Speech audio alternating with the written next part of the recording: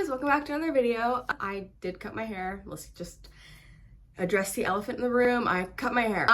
So yeah, I think it's really cute. I was gonna wait till after vacation to do it, but anyway, so this video is going to be a little different from what I normally post, I guess.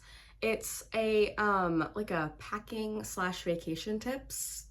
And I thought it was really fitting because I'm going on vacation in about 5 days, 6 days actually, kind of. So yeah, my vacation is late, so this video is late. Like, I don't want to hear anybody in the comments being like, it's August, like, it's basically fall, like, why are you making a summer vacation video? Because my summer vacation, it's my summer vacation that's coming up. I don't want to hear it. So let's get that out of the way. Anyway, I also want to say that, I've been traveling a long time. My dad owns his own travel business, so I get most of my, like, information from him. So this video is actually basically made by him, because I'm all these questions for this video. So let's just get right on into the video. Okay, first tip is going to be packing cubes. Like, if you guys don't know what packing cubes are, it's fine, because I didn't either until, like, last year. They're these, like, zip up, almost, I don't want to say Ziploc bags, but that's like what's coming up to my brain. Not like that. It's like a piece of it's like they lie flat and you put your clothes in them, and like you roll your clothes in them, and then once you zip them up, it's a cube. Pictures up. But essential, they're essential. They are my Lord and Savior. I pray to packing cubes every day. So whoever created them, whoever is the founder of a packing cube, I love you so much. I love you. Let's marry. Let's get married. Because it's essential. It's the best thing anyone could ever want, especially us girls who pack a huge amount. Like, I'm going on vacation for 3 weeks and I am packing so much that I almost need to buy another suitcase. But I didn't need to buy another suitcase. We're good. But I almost did. But I was saved by packing cubes. And I would recommend getting, because you can buy them in like 4 pieces, 5 pieces, 6 pieces. I would recommend getting the 8-piece. Sounds excessive, but if you're like me and pack way too much, then the 8-piece is for you. And it also leaves more room for bags, like purses, shoes, anything that like isn't a clothing item, it leaves more room for. So that is another one. That is my first tip. My second tip, oh, also if you see me looking down, it's because I wrote everything down on my iPad and it's right here. So my second tip is on vacation, actually. This is like when you're there. Do what you want to do. Okay? And even if you're traveling with your family like I am, and they want to do something that you're like not that ecstatic about, maybe suggest doing something on your own. Isn't that crazy thought? Doing something on your own when you're on vacation? Crazy, I know. I know it could be scary, but trust me, the memories that you want to make will only happen if you do it. Okay? So like if you want to go on walk Paris by yourself and you know nobody else wants to go with you and you just want to make a memory by walking through Paris and like going to cafe, guess what you're gonna have to do it by yourself. And it sounds a lot scarier than it actually is, because last year I really wanted to go get a coffee in this Parisian cafe and my family didn't want to go with me because they were tired and it was a long day, and I was like, okay, then I'm gonna go. Because our hotel was like right underneath like a really cute like cafe, and then right across the street was this like bookstore. That's what I did. I went to the bookstore, I got a cute little book, and I went to the cafe by myself and I had a cappuccino. Just do it, because you will regret it. I promise you that if you want to do something but you're gonna have to do it alone, just do it alone. Just do it alone. You'll be fine. I promise you'll be fine. That's my second tip. My third tip is, so if going to multiple places, this applies to you, but if you're staying in one spot, it doesn't really apply to you, but it could still. Get something in each area to commemorate your experience there. a thing that kind of reminds you of that specific spot. So like if you're in Italy and your next destination is Greece, get something in Italy to kind of, get something small to have you remember that thing by. I know a lot of people that just get like really big things. They're like, okay, this is my one thing that I'm gonna get on vacation because I won't be able to fit it in my stuff when I get back. Like, why would you just get one thing for your entire vacation if you're going to multiple spots? Like, get a keychain, get a sticker, get some jewelry. My favorite is jewelry personally because that's the most personal thing I think you can get. Jewelry and like jewelry. Like, I can't really think of anything else that's more personal and like more thoughtful, So I always recommend getting some earrings or like a necklace, or another really good idea that I might do this time is get like a really basic, like this almost, get one of these and then get charms in each place that you're going. You make, by the end of your trip, you'll have like a little charm bracelet. And bonus tip, thrift shops and antique stores in Europe are always the go. Like, they're always so good, especially for getting charms and like necklaces and earrings. It's more personal, it's old, it's vintage, it's probably cheap, and why not do that? So I'm getting a small thing in each place you visit. Always really fun. This kind of ties in with number 2. Number 4, try new things. Try new things. If you are going on vacation to a place you've already been, I love that. I do that every year almost. You have to try to do new things when you're in that space. So like, let's just say you're going to Disney World. You go to Disney World. Okay, you do that next year. You do it the year after. You do the year, like, there's more to Florida than just Disney World. Like, I recommend going to like Disney World, but then going to see Fort Lauderdale or a beach. I don't know much about Florida. Like, just get out of your comfort zone, because you will make more memories that way and you'll have more fun in the long run. You'll have more stories to say. Because if you just say, oh, I went to France, oh, I went to Paris, saw the Eiffel Tower, and went home. Personally, like a more in-depth conversation than just that about your trip, and that goes for anywhere. So try new things even if they're scary, and if you have to do them on your own, do them on your own. I don't know why that's so scary for people. Maybe it's because I'm an only child and I've always had to do things on my own. Like, just do it on your own. I promise you it won't be that scary. I promise. So number 5 is, I will always recommend connecting with the locals wherever you're visiting, because it brings more perspective to your trip. For you, it's a trip. For them, it's their life.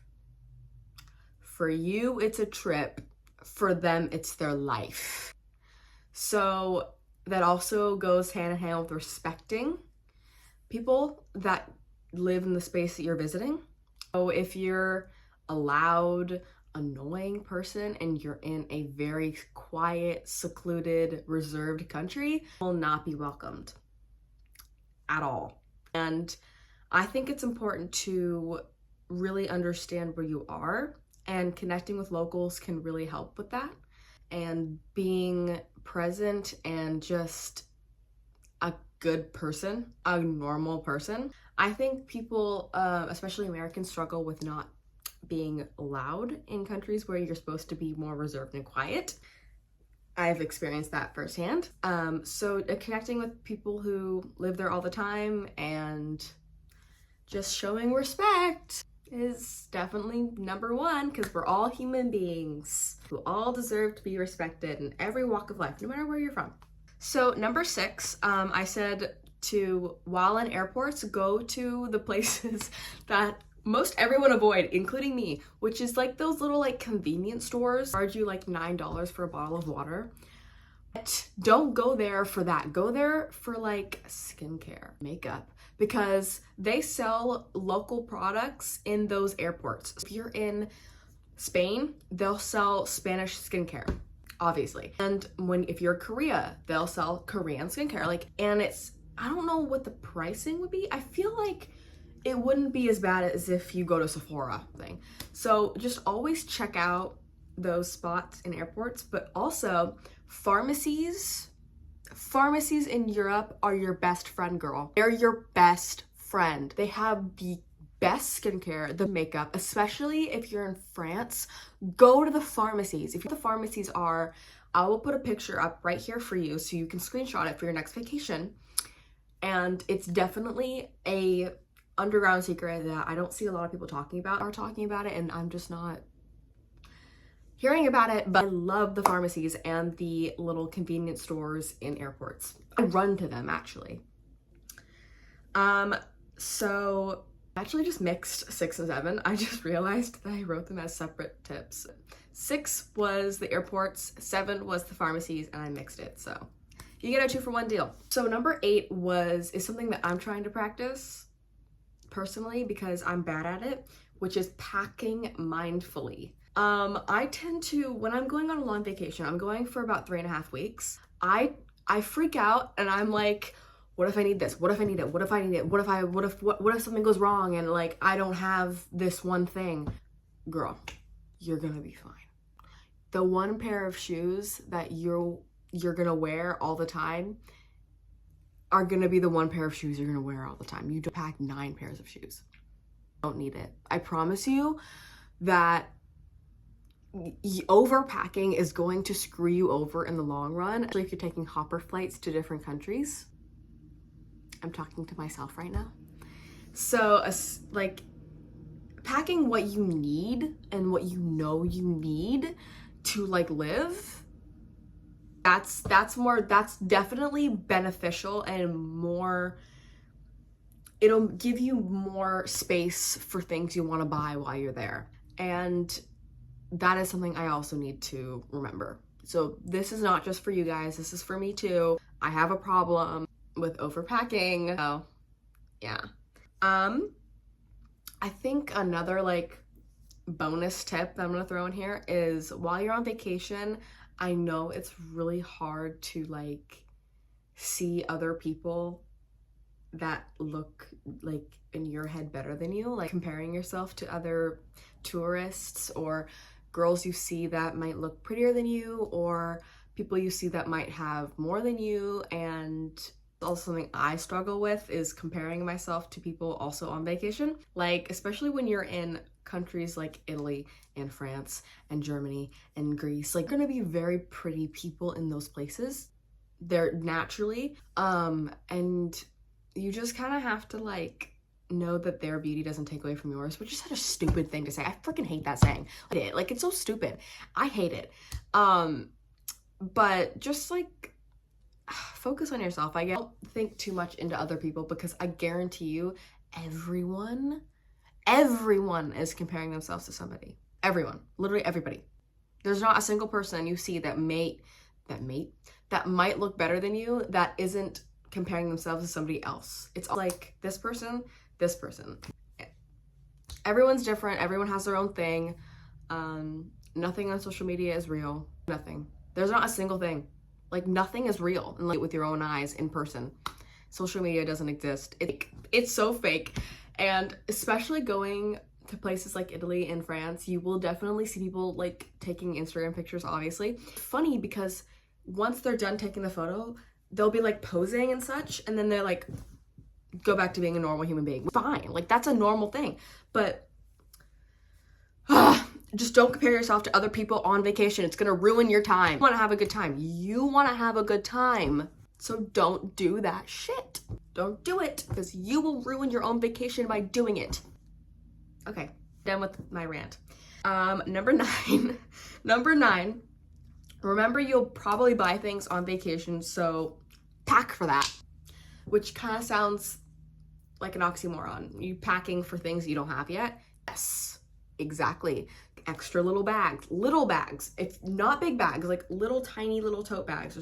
Make sure to leave room for little bags and leave room for things you might buy, because I promise you are gonna buy that shirt, okay? You are gonna buy that shirt. You're gonna buy those pants, you're gonna buy those shoes, you're gonna buy the bag. Pack for that. Leave room for that. It may look like bare and sad, but when you get home, you're gonna have a full suitcase. You will. Don't look at me like that. You will. So leave room and pack. Okay, final tip, number 10. Scams. Scams are everywhere. It doesn't even matter where you go. You're going to California. You could be going to West Virginia. You could be going to New York, which is 100% scam city. Scary place for scams. But they're everywhere. And you have to be mindful, especially if you're carrying a bag, if you're a woman, for two things. Carrying a bag and if you're a woman. If you're a woman, scams will most likely be not just to get your money, but bags as well. Like you probably want to hold on to your bag or keep a lock on it, which sounds excessive, but if you're going into a crowded place, better safe than sorry. You don't want your wallet stolen or anything else more valuable than that, like lip glosses and such, which has happened to me. So yeah, a common scam that I see all the time are the coin scams, which you may know them.